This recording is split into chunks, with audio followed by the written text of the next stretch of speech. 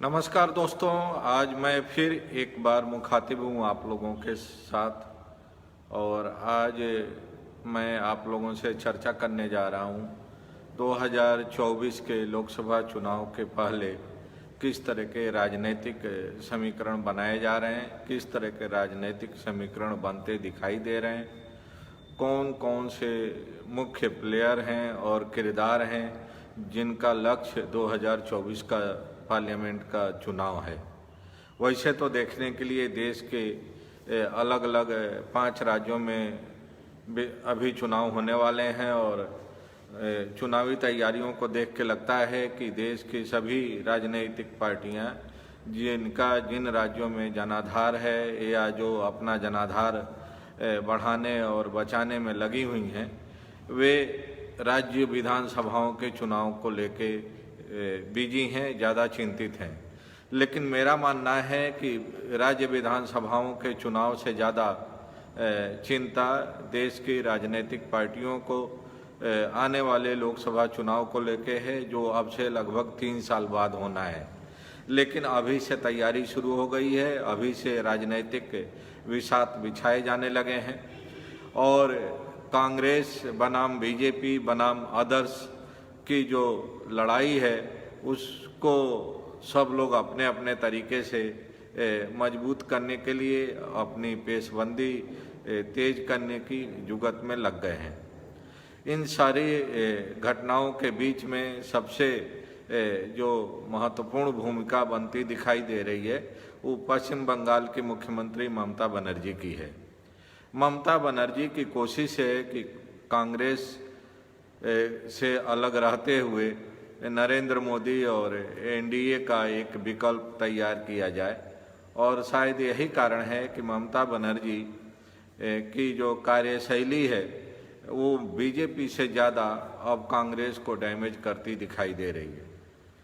पश्चिम बंगाल के चुनाव में जहां एक तरफ ममता बनर्जी ने बीजेपी को शिकस्त दी, वाम मोर्चा को शिकस्त दी, वहीं दूसरी तरफ अब ममता बनर्जी की कोशिश राष्ट्रीय राजनीति में बीजेपी से ज़्यादा कांग्रेस को नुकसान पहुंचाने की है, कांग्रेस को राजनीतिक तौर पर कमज़ोर करने की है।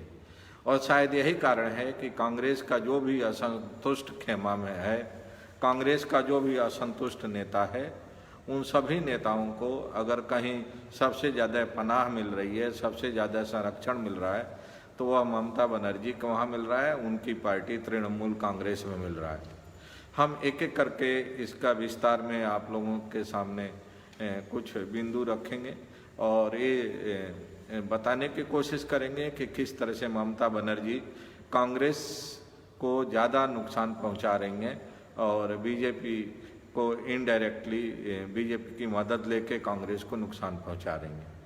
अभी हाल में आपने देखा कि कांग्रेस के तमाम बड़े नेता, चाहे दिल्ली के नेता हों, बिहार के नेता हों, मेघालय के नेता हों या उत्तर प्रदेश के नेता हों, जो दशकों से कांग्रेस पार्टी में थे, जिनका परिवार दशकों से कांग्रेस पार्टी में था, वे लोगों ने तृणमूल कांग्रेस की सदस्यता ग्रहण की है। आखिर इसके पीछे कारण क्या है? ये कोई एकाएक घटना नहीं है। अगर हम उत्तर प्रदेश से ही शुरुआत करें तो उत्तर प्रदेश में राजेशपति त्रिपाठी और उनके बेटे ललितेश त्रिपाठी कांग्रेस छोड़ के टीएमसी ज्वाइन कर लिए हैं। हम सबको पता है कि राजेशपति त्रिपाठी पंडित कमलापति त्रिपाठी के परिवार के हैं। पंडित कमलापति त्रिपाठी और कांग्रेस का संबंध आज़ादी के पहले से था।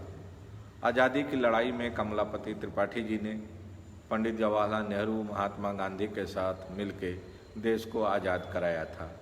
उसके बाद की जो लीडरशिप रही कांग्रेस की, चाहे वो पंडित नेहरू हों, इंदिरा गांधी हों, राजीव गांधी हों, लगभग सबके साथ पंडित कमलापति त्रिपाठी का परिवार जुड़ा रहा और कहा जाता था कि कांग्रेस पार्टी और गांधी परिवार के प्रति अगर कोई लॉयल्टी है किसी परिवार में तो वो कमलापति त्रिपाठी के परिवार की लॉयल्टी है। एक दौर ये भी आया था जब अयोध्या में शिलान्यास होने जा रहा था विवादित पूजा स्थल के समय, और उस समय पंडित नारायण दत्त तिवारी उत्तर प्रदेश के मुख्यमंत्री थे और माना जा रहा था कि अगर अयोध्या में शिलान्यास हुआ तो उसका नुकसान राजनीतिक तौर पर कांग्रेस पार्टी को हो सकता है आने वाले चुनाव में। और एक दूसरा ग्रुप इस बात का पक्षधर था कि शिलान्यास करा के जो बहुसंख्यक समुदाय का वोट बैंक है उसको भी हथियाया जा सकता है और बाकी जो सेकुलर वोट है वो तो कांग्रेस के साथ रहेगा ही।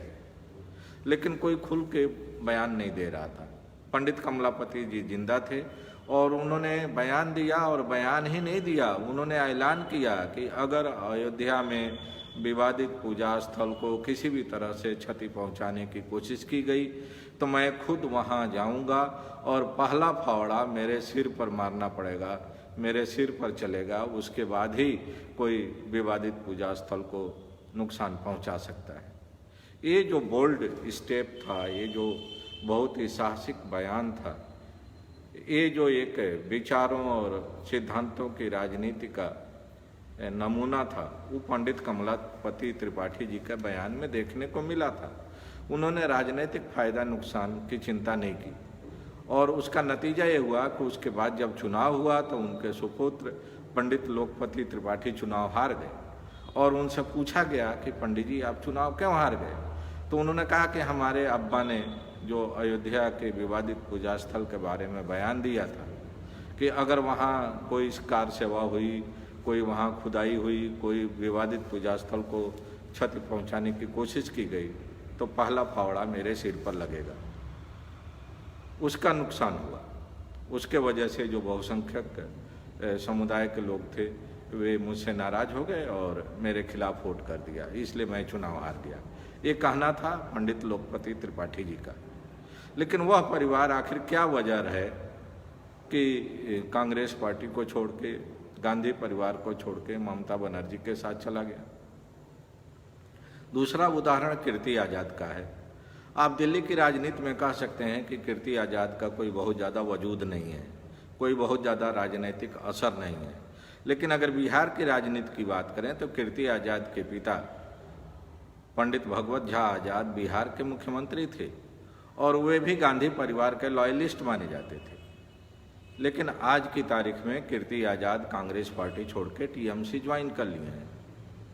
इसके पीछे भी कोई कारण होगा। एक दिन में कोई व्यक्ति जो इतने पुराने संबंध रहे हों जिस राजनीतिक दल से, जिस राजनीतिक विचारधारा से, वो एकाएक कोई राजनीतिक पार्टी या विचारधारा नहीं छोड़ना चाहता, लेकिन उन लोगों ने छोड़ा है। इसी तरह से अभी खबर आई है कि मेघालय के तमाम कांग्रेस विधायकों ने टीएमसी ज्वाइन कर लिया। यही स्थिति उड़ीसा में हुई, यही स्थिति त्रिपुरा में हुई, यही स्थिति पश्चिम बंगाल में देखने को मिली। तो हम कह सकते हैं कि पूरा का पूरा नॉर्थ ईस्ट से लेके और उत्तर भारत के तमाम राज्य जहां पर कि कांग्रेस पार्टी संघर्षरत है, जहां पर कि कांग्रेस पार्टी का मुकाबला बीजेपी से होना था, वहां पर ममता बनर्जी और उनकी पार्टी कांग्रेस पार्टी में सेंधमारी कर रही है और कांग्रेस के नेताओं को अपने साथ जोड़ने की कोशिश कर रही है। इसका दूसरा अभी तात्कालिक नज़ारा देखने को मिला कुछ दिन पहले, जब ममता बनर्जी दिल्ली आई थी और उन्होंने प्रधानमंत्री से मुलाकात की। प्रधानमंत्री ने उनके इनविटेशन को एक्सेप्ट किया और वो पश्चिम बंगाल जाने को तैयार हैं। वहाँ औद्योगिक जो सम्मेलन होने जा रहा है पश्चिम बंगाल के विकास के लिए, इन्वेस्टमेंट के लिए। लेकिन इस बार की दिल्ली यात्रा में उन्होंने सोनिया गांधी, राहुल गांधी से मुलाकात नहीं की। और जब उनसे ये पूछा गया कि आखिर इस बार आप सोनिया गांधी, राहुल गांधी से क्यों मुलाकात नहीं करना चाहती, उनसे क्यों परहेज कर रही हैं, तो वो नाराज़ हो गई। कहीं कि कोई ज़रूरी है कि हर बार दिल्ली आने पर सोनिया गांधी और राहुल गांधी से मिलना ज़रूरी है? क्या ये कोई प्रोटोकॉल का हिस्सा है? तो ये जो ममता बनर्जी की नाराज़गी है वो दिखाता है कि ममता बनर्जी की नीति और नीयत कहीं न कहीं कांग्रेस पार्टी के खिलाफ है, गांधी परिवार के खिलाफ है। और जब उनको पॉलिटिकल क्राइसिस में मदद की ज़रूरत पड़ती है तब तो वे सेकुलरिज्म के नाम पर कांग्रेस पार्टी सहित सभी दलों का समर्थन हासिल कर लेती हैं, चाहे वो शरद पवार हों, उत्तर प्रदेश में अखिलेश यादव हों, बिहार में तेजस्वी यादव हों। लेकिन जब उनका अपना पॉलिटिकल मोटिव सामने रहता है तो वे सिर्फ और सिर्फ अपने बारे में सोचती हैं, अपने पॉलिटिकल एजेंडा को आगे बढ़ाने के बारे में सोचती हैं। और यही कारण है कि धीरे धीरे करके ममता बनर्जी की कोशिश गैर बीजेपी, गैर कांग्रेसी मोर्चा बनाने की है, जो 2024 के चुनाव में नरेंद्र मोदी के सामने एक मजबूत विकल्प पेश कर सके।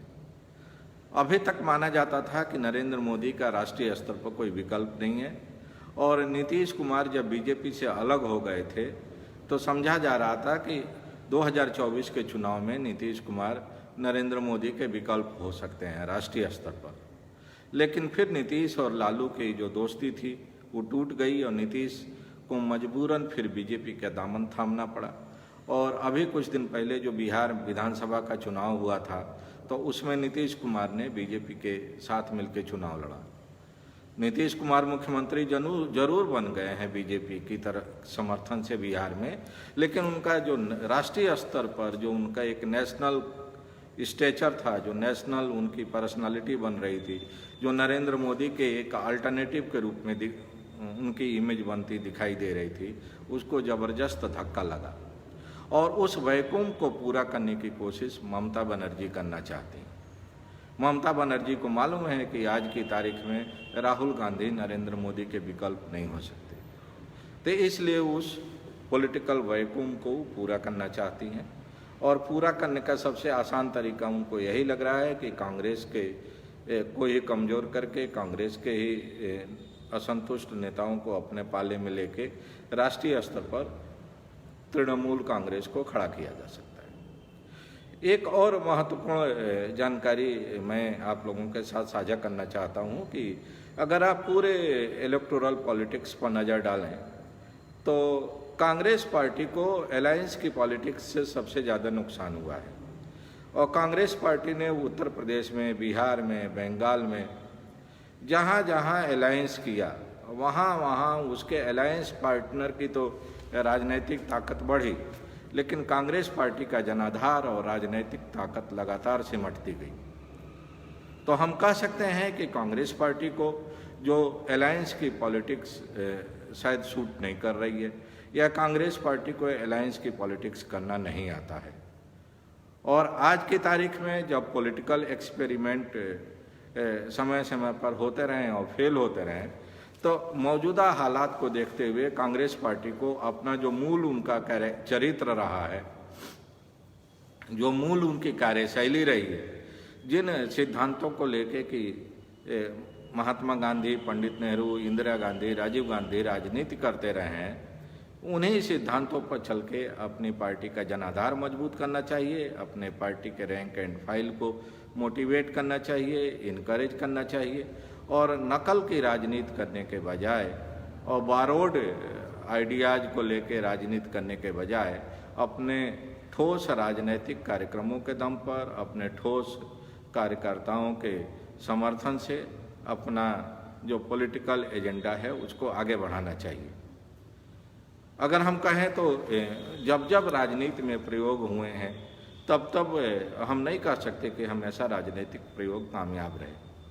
जब जनता पार्टी का विघटन हुआ और भारतीय जनता पार्टी के नाम से नई पार्टी बनी और अटल जी उसके अध्यक्ष बनाए गए, तो अटल जी ने भी गांधीयन सोशलिज्म का प्रयोग किया था और उनको लगता था कि बदली परिस्थितियों में गांधीयन सोशलिज्म के दम पर पार्टी का जनाधार बढ़ाया जा सकता है, सत्ता की राजनीति में कामयाबी हासिल की जा सकती है। लेकिन अटल जी का वह गांधीयन सोशलिज्म का जो प्रयोग था वो बुरी तरह विफल रहा और अपनी विफलता को तुरंत एक्सेप्ट करते हुए और उसमें करेक्शन करते हुए भारतीय जनता पार्टी ने लाल कृष्ण आडवाणी को अपना नया नेता बनाया, अध्यक्ष बनाया, और आडवाणी जी ने फिर उसी पुराने विचारधारा, जो जनसंघ की विचारधारा थी, जो आरएसएस की विचारधारा थी, जो उग्र राष्ट्रवाद, उग्र हिंदुत्व का विचारधारा था, उसको लेके पार्टी को आगे बढ़ाया और सत्ता के शीर्ष तक पहुंचाया।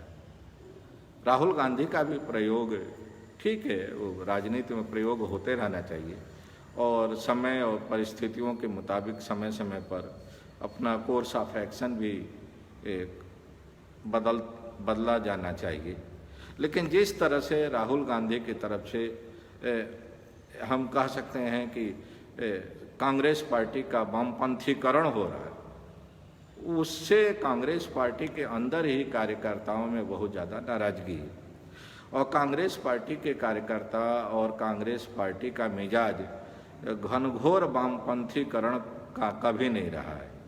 नेहरू जी से लेकर गांधी और इंदिरा जी और राजीव गांधी ने हमेशा मिडिल पाथ अपनाया, न तो एक्सट्रीम लेफ्ट की बात की है, न एक्सट्रीम सोशलिज्म की बात की है, न एक्सट्रीम राइट विंग की बात की है। शायद यही कारण था कि कांग्रेस पार्टी एक लंबे समय तक देश की राजनीति में रेलिवेंट रही और देश की सत्ता पर काबिज रही, क्योंकि हमारे देश का मिजाज एक्सट्रीमिज्म को पसंद नहीं करता है। अतिवाद हमारे देश के डीएनए में नहीं है। हमारे देश की आवाम अतिवाद को नापसंद करती है, उससे परहेज करती है। और जो भी नेता या राजनीतिक दल अतिवाद की तरफ बढ़ता है, उसका जो पॉलिटिकल टेन्योर होता है, जो उसका पॉलिटिकल कैरियर होता है, वो बहुत लंबे वक्त तक नहीं चलता है। इसलिए जो लोग मिडिल पाथ पर चलते हैं, जिनका नज़रिया फ्लेक्सिबल होता है, जो डाइवर्सिटी इन यूनिटी की बात करते हैं, जो सभी धर्मों और जातियों को साथ लेके चलने की कोशिश करते हैं, उन्हीं का रेलिवेंस ज़्यादा रहता है हमारे देश की राजनीति में। और हमारे देश की जो आवाम है, इसी मानसिकता से उन लोगों को अपना प्यार देती है, अपना समर्थन देती है।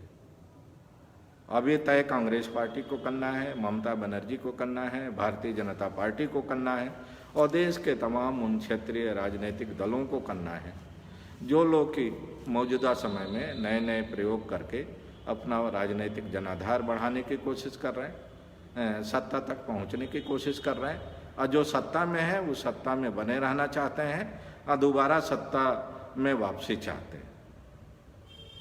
आज इतना ही, और मैंने सोचा कि आप लोगों के सामने जो मौजूदा राजनीतिक परिदृश्य है और जिस तरह से शतरंज की चालें चली जा रही हैं, बीजेपी की तरफ से, कांग्रेस की तरफ से, ममता बनर्जी की तरफ से और बाकी क्षेत्रीय दलों की तरफ से, उनका एक संक्षिप्त विश्लेषण आप लोगों के सामने रखा जाए। बहुत बहुत धन्यवाद। हम फिर किसी ज्वलंत विषय को लेकर आप लोगों से मुखातिब होंगे। Good day.